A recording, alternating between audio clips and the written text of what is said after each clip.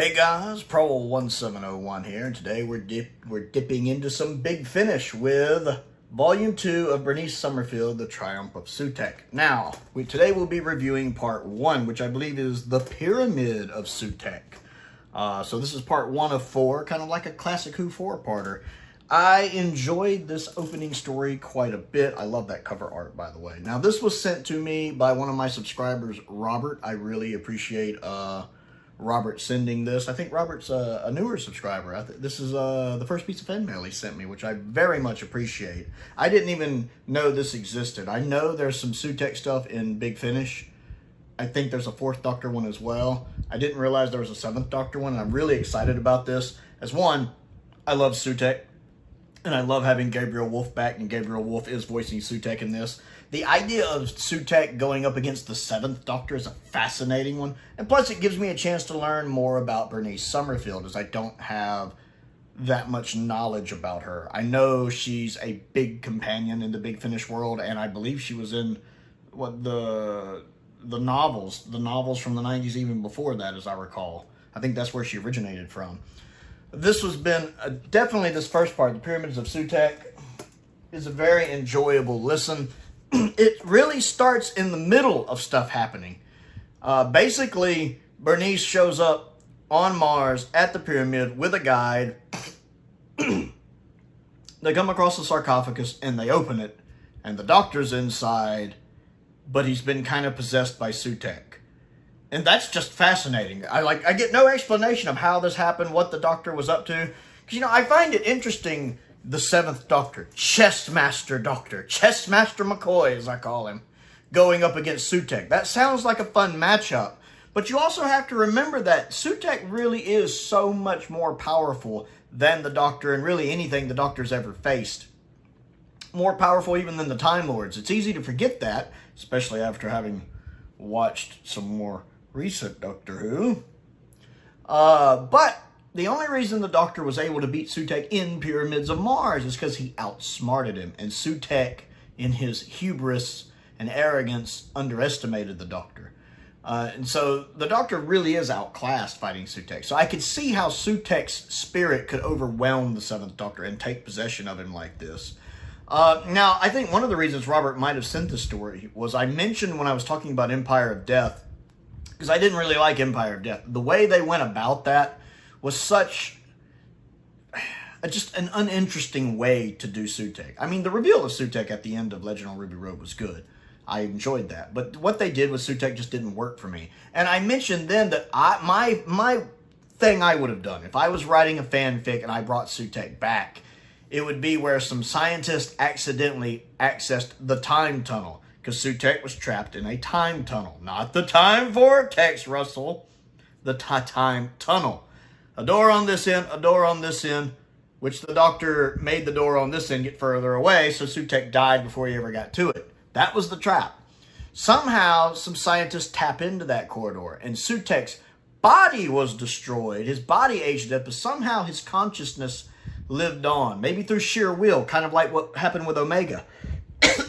And that Sutekh would emerge, his essence, his consciousness would emerge from the time tunnel and possess one of the scientists. I always picture it as a female scientist. I don't know why. Maybe it's Image of the Fendal kind of creeping in there, kind of like with Image of the Fendal with it taking over Thea, with Sutekh slowly taking possession of this person. And the reason they're able to defeat Sutekh in my little headcanon of that would be because since Sutekh is possessing a different body, he wouldn't be at full strength yet. He would slowly be amassing his power. So while he's not at full strength, he's vulnerable. And that's kind of what we get here. And I wonder if that's kind of why Robert sent this. Is this actually does kind of pick up on what I would have wanted to do. So with him trying to possess the Doctor, they're kind of having... It's neat because they have this kind of inner monologue with each other, like they're talking in the Doctor's brain. Very similar to... Nightmare in Silver with Matt Smith and the cyber leader. I forget what they called him.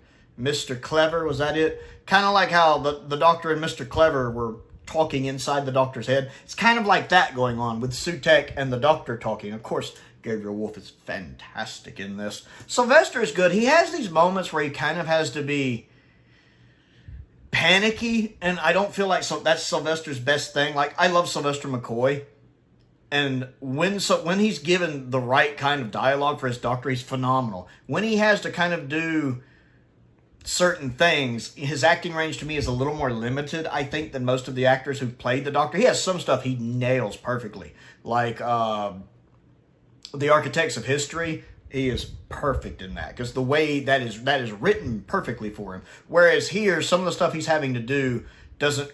I just don't feel like he's nailing it. It's fine, but he's not quite nailing it as good as when he's doing like Chess Master Doctor, like that speech he gives in the Happiness Patrol, for example, where he's perfect at that kind of stuff.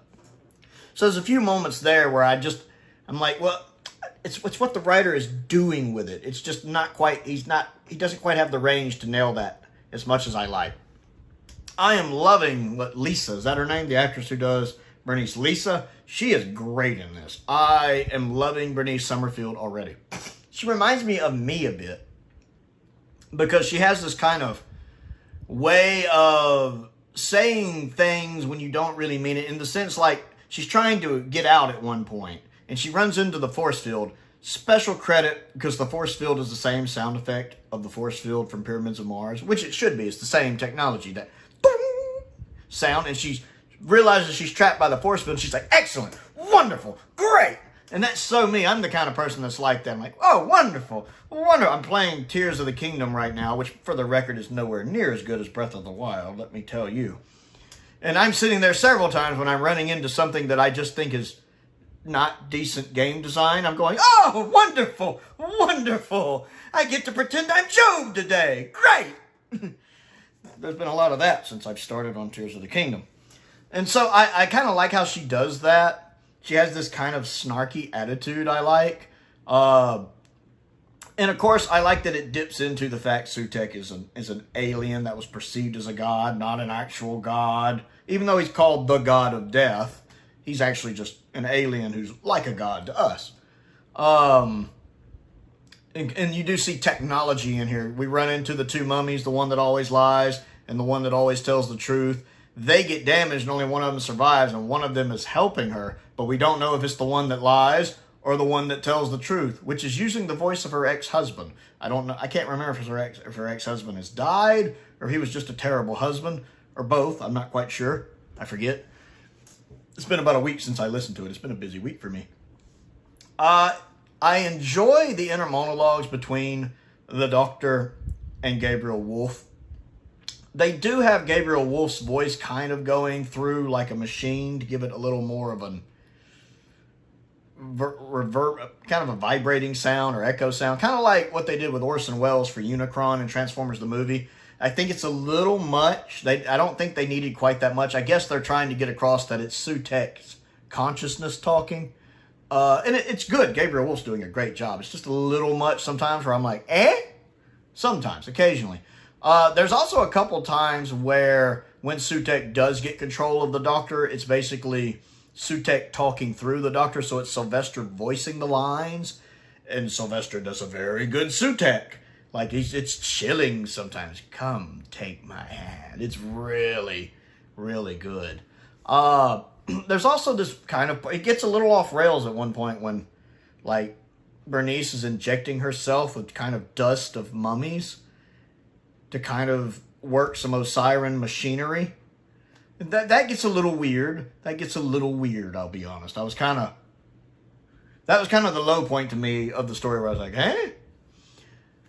And then it ends on an interesting cliffhanger with the Doctor dying and then crumbling into dust. Sutekh getting a new body made because they have this kind of regeneration thing where they can regenerate new bodies from themselves. Again, leaning into Sutekh and the Osirans were aliens with advanced technology, not actual gods, which I love because that's accurate to the lore of Pyramids of Mars, and escaping. So in the cliffhanger, things are not going well. And then the Doctor, he doesn't regenerate, he just crumbles away. That's going to be interesting to see how that's resolved.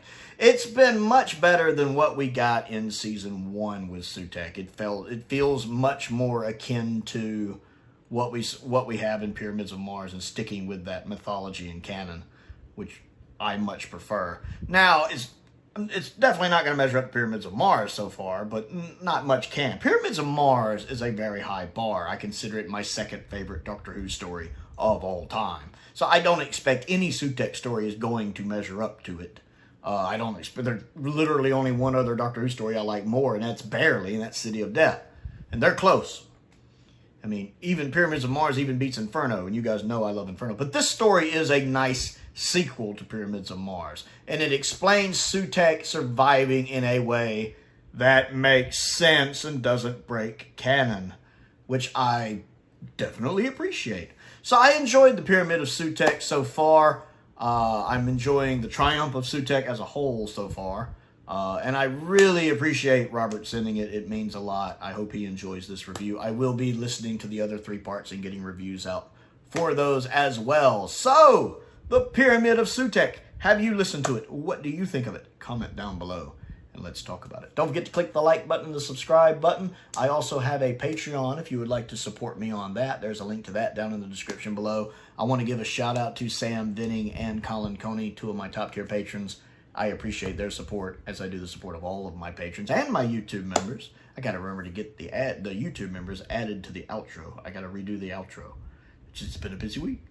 I also have links to the Amazon list and the Amazon UK list as well, the wish list, and the P.O. box is down there as well if there's anything you would like to send me to look at and review. Most importantly, thank you for watching.